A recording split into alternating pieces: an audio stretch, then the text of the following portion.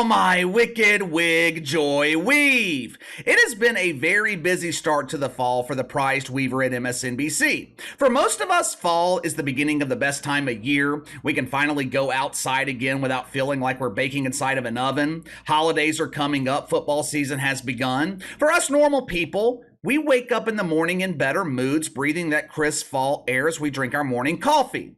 But for deacons at Woke United Methodist, fall is another excuse for them to spread their misery.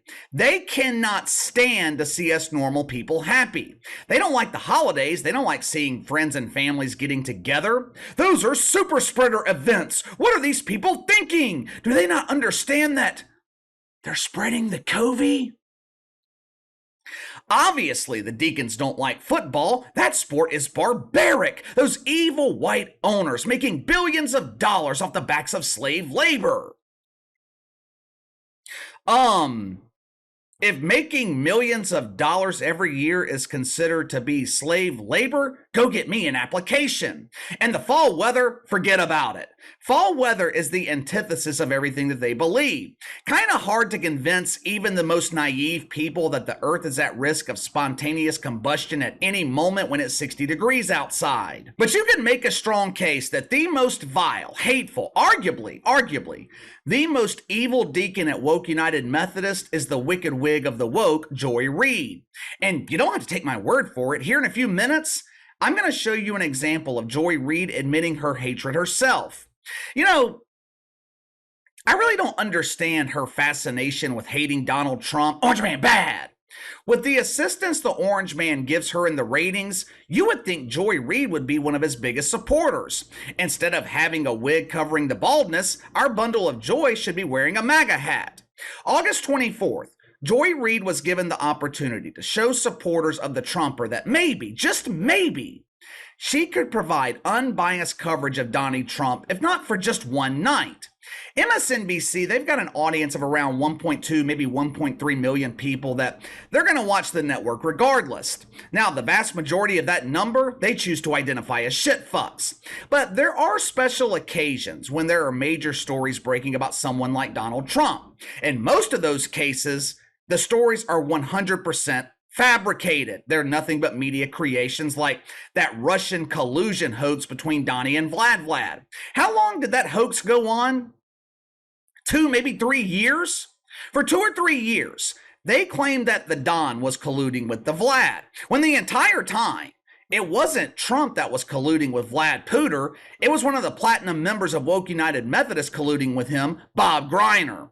August 24th, Donald Trump gave Joy Reid another opportunity to grow her audience when he agreed to turn himself in to Fulton County Jail in Georgia.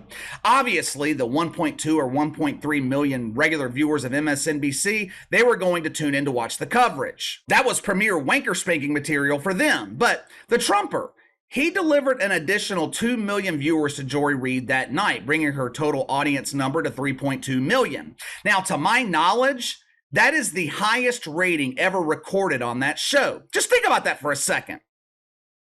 On that night in August, 3.2 million Americans, possibly some of your friends and family, they were exposed to the constantly changing hair of Joy Weave.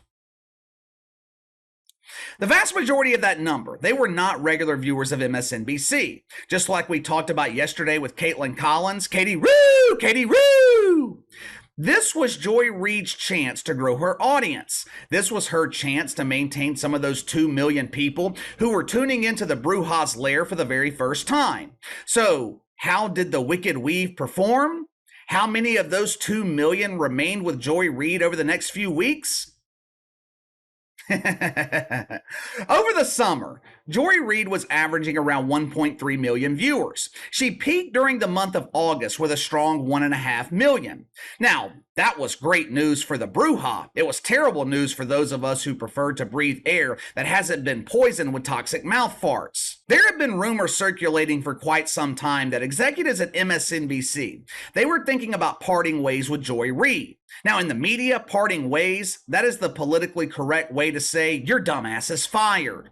It was another one of those situations where a deacon at Woke United Methodist was becoming more trouble than they're worth. 3 years ago, Joy Reid rode her broom into MSNBC and was performing well in the ratings. A couple of years later, ratings had fallen by 60%, but that was okay. That was okay because Joy Reid was still generating headlines. Joy Reid was still bringing attention to the network. For a while here on the channel, we were talking about Joy Reid at least once every week. But throughout this year, the headlines in the mainstream media, they have disappeared. Don Lemon was commanding the attention of the media until the day that his woke welfare expired at CNN. Now, Lemon had a fraction of the audience of Joy Reid, yet he still commanded the attention of the mainstream media. So, what happened?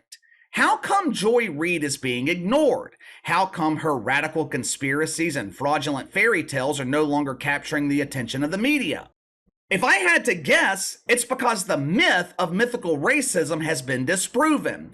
You look at the people who built their careers on mythical racism: Jamel Hill, Bomani Jones, Tiffany Cross, better known here on the channel as Tiffer the Bongo Sniffer, Chris Cuomo, hey, it's me, Chrissy C, Don Lemon. What do all these people have in common?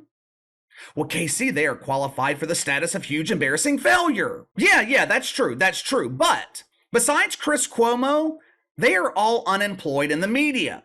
Has anyone seen Tiffer the Bongo Sniffer lately? The last update that I was given from my inside sources, Tiffer was working in janitorial services at the WNBA dump. She's responsible for vacuuming the waste out of the porta potties and making sure all the tents the dump divers live in are stocked with Preparation H. Chris Cuomo, hell, he's barely employed. His $1 million salary, that's a charitable tax write-off for News Nation. They are paying that dude 7 figures to draw 5 and 6 figure ratings. When you really think about it, Joy Reid is the last of a dying breed. She's the last beacon of hope for graduates at Woke U who aspire to enter the field of mythical racism. Now, I am sure MSNBC would be willing to put up with her bullshit and keep her around if she's drawing 1.5 million viewers every night. Unfortunately, though, for Joy Reid, that's just not the case. Through the first 2 weeks of September, the Bruja's ratings, they have declined by 20%. She's back down to 1.2 million viewers, her lowest ratings of the year. She's down 2% when compared to last year. Well, Casey, that's not too bad. Her ratings are basically stagnant. Yeah, that's true. And last year, she had the benefit of the midterm elections. But this year, she's had the benefit of the Trumper. She has had the benefit of every woke jurisdiction throughout the country filing criminal charges against him. Donald Trump draws better ratings than some anonymous doofus politician running for a congressional seat in gay Arkansas. But during her recent coverage of Donnie, and I'm talking about Donnie Trump, not Donnie Lemon, during her recent coverage, Joy Reid made an admission that shocked no one. Now, if she had made this same admission 2 or 3 years ago, every major media outlet would have picked up the story. Some would consider this to be harsh language towards a former president, but when the bundle of joy makes this admission now, no one in the media notices. No one is paying attention. Now, keep in mind, this admission was made when millions of additional viewers were watching MSNBC. This is how Joy Reid took advantage of that opportunity. Watch for yourself. I despised Donald Trump because he, to me, signified the rich white guy in Manhattan that absolutely hated and despised me, that hated and despised my cousins, my friends, everyone we knew, that called us wilding. People like Giuliani and people like Trump persecuted Black and brown people in New York. It's what they did for fun. It's what they did for pleasure. They enjoyed it. They enjoyed lording over people who had nothing, and still people who looked like them put him in rap songs. It was an indignity to me that something I loved, a culture I love, would lionize that. The fact that Manhattan didn't give him a mugshot, I thought was offensive. Okay, you're probably thinking that the admission I'm talking about is Joy Reid admitting her hatred for Donald Trump. That's just part of it. The other admission I'm talking about is Joy Reid basically admitting to hating rich white men from Manhattan. She claims to hate rich white men from Manhattan because they have a hatred towards her. Let's look at this logically for a second. Joy Reid has admitted that the only reason she got accepted into Harvard was because of affirmative action. Who started affirmative action in this country? John F. Kennedy, rich white man. She works at MSNBC, which is owned by NBC Universal, which is owned by Comcast. The overwhelming majority of executives at Comcast and NBC, guess what race they choose to identify with? Just take a wild guess.